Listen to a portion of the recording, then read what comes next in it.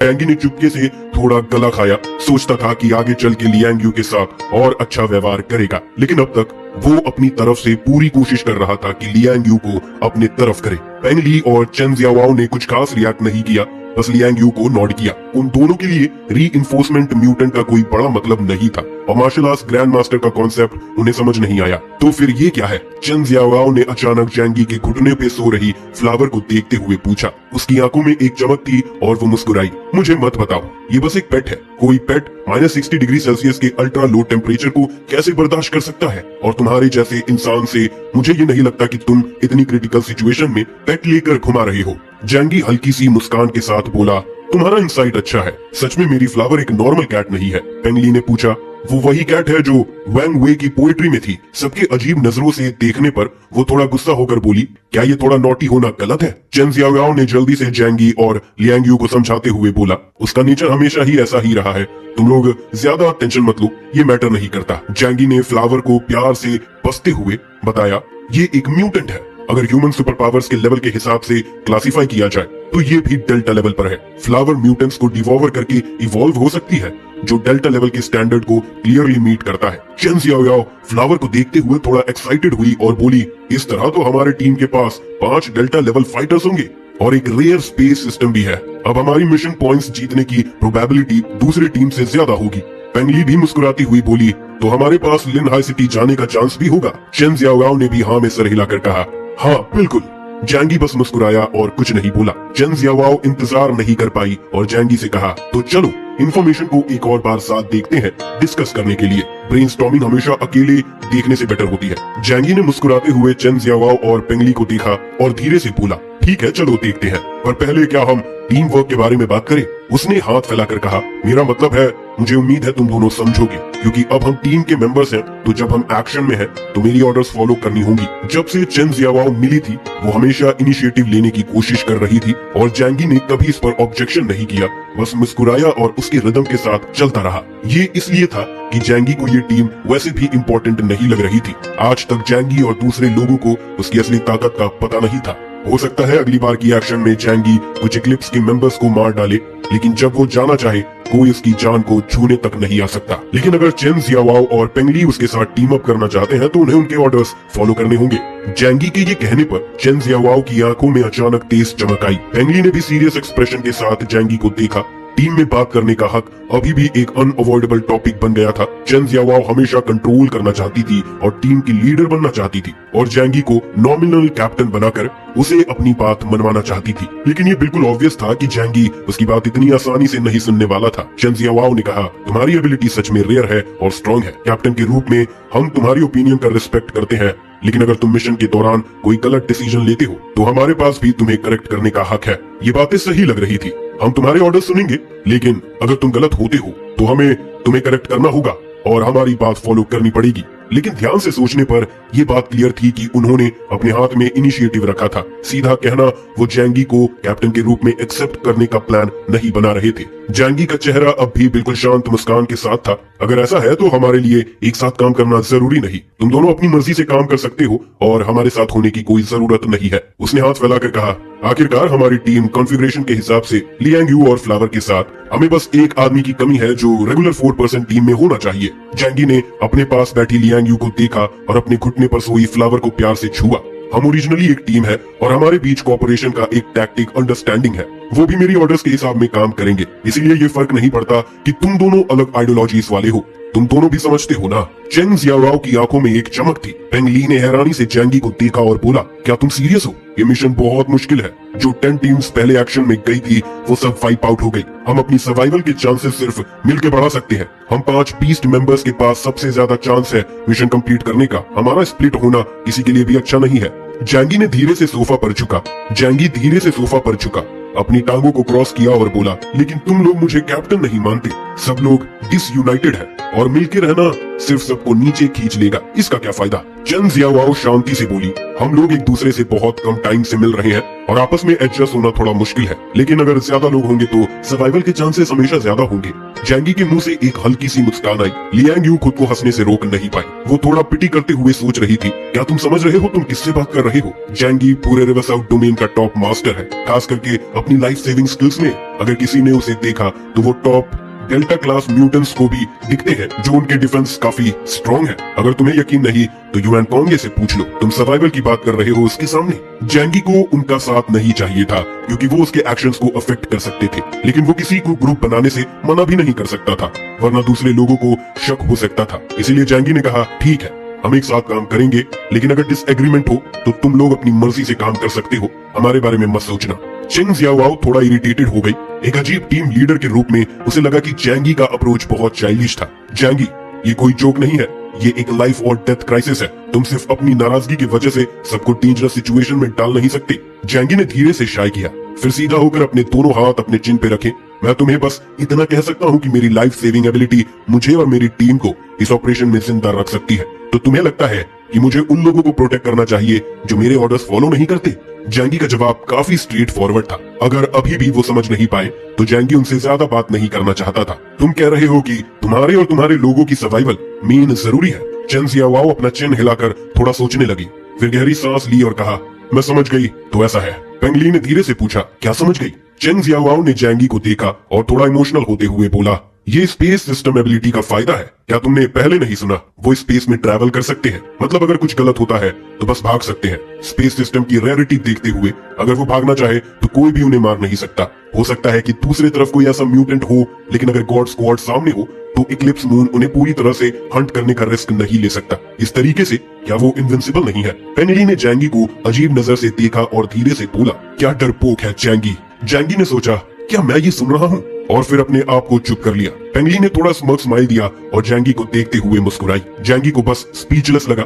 थोड़ा सोचने के बाद चेन जियाओ ने फैसला लिया, ठीक है अगले मिशन के दौरान हम तुम्हारी ऑर्डर्स फॉलो करेंगे, लेकिन अगर तुम्हारे ऑर्डर्स बहुत आउटरीचियस हुए तो हम तुमसे अलग हो जाएंगे। जैंगी ने सिंपल सा जवाब दिया, ठीक है फिर ये हमारा डील रहा। जैंगी ने अपना हाथ हिलाकर बोला, ये बस एक जोक था, ठीक है फिर शुरू करते हैं। चेन जियाओ हमेशा आगे आके इनिशिएटिव लेती है, इसीलिए जैंगी को उसे ये बताना जरूरी था कि अब किसकी सुननी चाहिए। चेन जियाओ ने भी जैंगी का मकसद समझ लिया था, पर अब वो टीम में कोई भी झगड़ा नहीं चाहती थी, इसीलिए उसने अपने आप को रोक लिया। चारों ने मिलकर वो इन्फॉर्मेशन देखी जो लैंग शिंगचोंग ने भेजी थी और उसे ध्यान से पढ़ने लगे। कुछ घंटों बाद चारों ने दोबारा वीडियो मटेरियल देखा, क्योंकि उन्होंने पहले ही एक बार देखा था। इस बार वो जल्दी से अनइम्पोर्टेंट पार्ट्स स्किप करके जरूरी पॉइंट्स पे फोकस कर पाए। पंगली, जो कि चारों में से एक था, मीटिंग के मिनट्स लिखने और की पॉइंट्स रिकॉर्ड करने का काम कर रही थी। जैंगी ने सोफा पे बैठकर मुस्कुराते हुए कहा, अब हमने देख लिया है तो अपने ओपिनियंस शेयर करते हैं। कैप्टन के रूप में मैं पहले बोलूंगा, चाहे उनमें एक दूसरे के अगेंस्ट कोई अल्टीरियर मोटिव्स हो, सबके गोल एक ही है, इक्लिप्स मून के अगेंस्ट फाइट करना। इसीलिए मैं इस बारे में ज्यादा रिजर्वेशन नहीं रखता। फिलहाल जो वीडियो डेटा है वो लिमिटेड है और हमारे पास दूसरी पार्टी की पर्सनल कैपेबिलिटीज के बारे में कंप्लीट इंफॉर्मेशन भी नहीं है। लेकिन अभी सबसे जरूरी बात ये है कि उनकी इंटेलिजेंस एक्विजिशन कैपेबिलिटीज बहुत पावरफुल है। अगर वो पहले 10 म्यूटेंट टीम्स को समझ सकते हैं तो हमें भी अपनी गार्ड अप रखनी होगी, क्योंकि हम भी उन्हीं सिचुएशन का सामना कर सकते हैं। जैंगी ये बोलते वक्त थोड़ा फनी फील कर रहा था। अगर इक्लिप्स की टीम में कोई ऐसा म्यूटेंट है जो इतनी पावर रखता हो तो बैटलफील्ड पे जब वो अपीयर करेगा तो मुझे लगता है कि कोई भी म्यूटेंट उससे फाइट नहीं करना चाहेगा। पर ये बस एक गेस है, हमें पता नहीं कि दूसरे पार्टी ने हमारी इंटेलिजेंस कैसे हासिल की और कितनी डिटेल इंफॉर्मेशन उन्होंने कलेक्ट की है, इसलिए हमेशा फुल्ली प्रिपेयर्ड रहना जरूरी है। जैंगी ने गहरी सांस ली और चेन जियाओ और पेंगली को देखा, मुस्कुराते हुए बोला, जैसे पहली बैटल में होता है, वो हमेशा अपने म्यूटेंट्स को उन अपोनेंट से लड़ने भेजते हैं जो उनके लिए सबसे आसान हो। इसीलिए हो सकता है कि हम ऐसे बीइंग से टकराएं जो हमारे लिए पर्टिकुलरली मुश्किल हो। ये रीजन हो सकता है कि रीजन ने हमें 3 टीम्स में डिवाइड करने को कहा है और म्यूटेंट्स को अलग अलग एबिलिटीज के हिसाब से टीम्स बनाने को बोला है। सिर्फ इस तरीके से हम अपने एबिलिटीज की कमी को पूरा कर सकते हैं।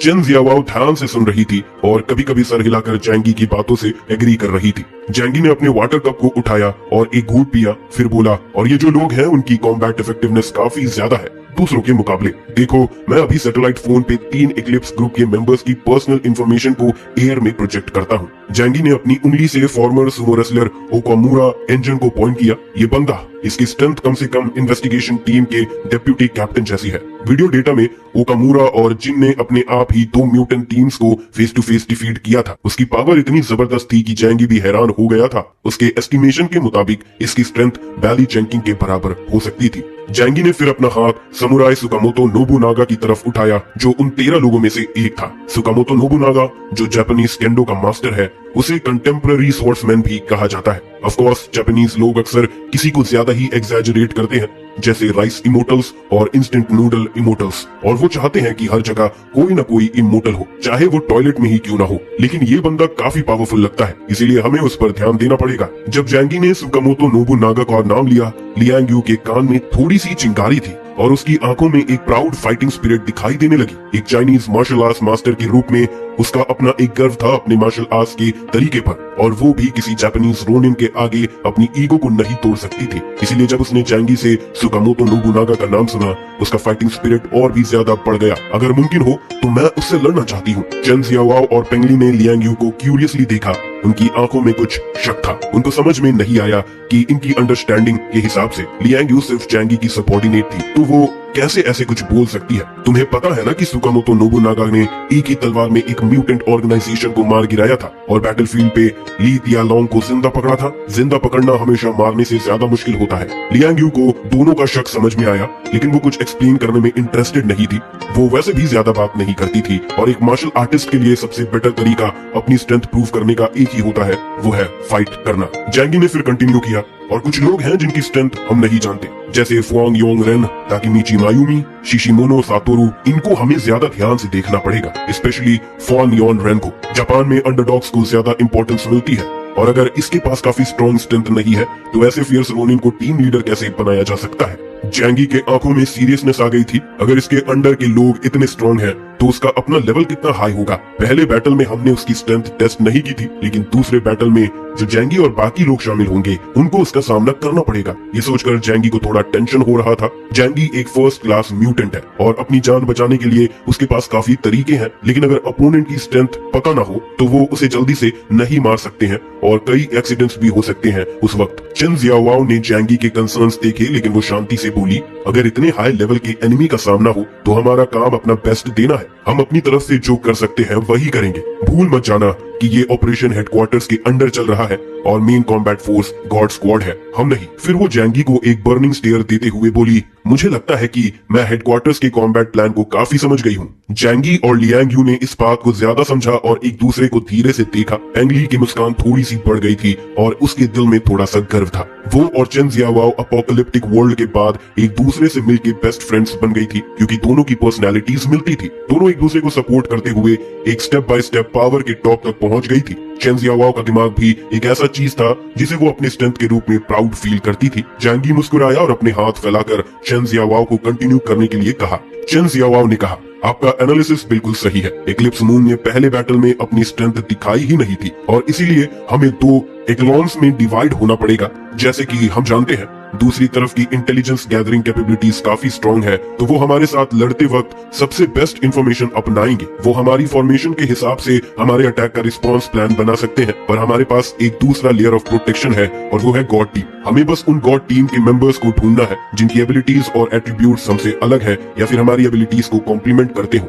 अगर ऐसे मेंबर्स हमारे साथ जुड़ गए तो हम अपोनेंट्स की टैक्टिक्स को इजीली काउंटर कर सकते हैं। चेन जियाओ थोड़ी देर के लिए सोची और फिर मुस्कुराते हुए कहा, सीधा समझो तो ये बिल्कुल रॉक पेपर सीजर खेलने जैसा है। अगर आप इस तरीके से समझोगे तो ये चीज ज्यादा आसान होगा, और इस तरीके से चाहे अपोनेंट हमारी स्ट्रेटेजी समझ ले, उनके पास इसे तोड़ने का कोई अच्छा तरीका नहीं होगा, क्योंकि मुझे नहीं लगता कि वो हमसे पावर में ज्यादा सुपीरियर है। जैंगी ने चेन जियाओ की बात ध्यान से सुना और बार बार हाँ में सर हिलाया। हाँ, मैं भी यही सोचता हूँ। ये जो म्यूटेंट्स हैं नियोन से, ये सब डेल्टा लेवल पे है, लेकिन ये हमारे जैसे ही हैं, ज्यादा फर्क नहीं है। ज्यादातर ये सिविलियन म्यूटेंट्स हैं जो प्रोफेशनल कॉम्बैट ट्रेनिंग से नहीं गुजरे। शायद पहले बैटल में ये थोड़े वीक लगते हैं, पर इस बार जो 10 से ज्यादा लोग समन किए गए हैं वो रिवर साउथ के आउटर सिटी के टॉप नॉच है। जैंगी को नहीं लगता कि वो हमसे वीक है। एक्चुअली ये कहा जा सकता है कि जो ग्रुप कॉम्बैट और डिसिप्लिन में इन्वेस्टिगेशन टीम के मेंबर से कमजोर है, इंडिविजुअल लेवल पे वो उनसे ज्यादा स्ट्रॉन्ग है, और कुछ तो शायद इन्वेस्टिगेशन टीम लीडर से भी स्ट्रॉन्ग है। चेन जियाओ ने खुशी से कहा, तो अगर हम इस तरीके से लड़ते हैं और दूसरी तरफ को इंफॉर्मेशन एसिमेट्री का फायदा नहीं लेने देते तो जीतने का चांसेस काफी हाई है। जैंगी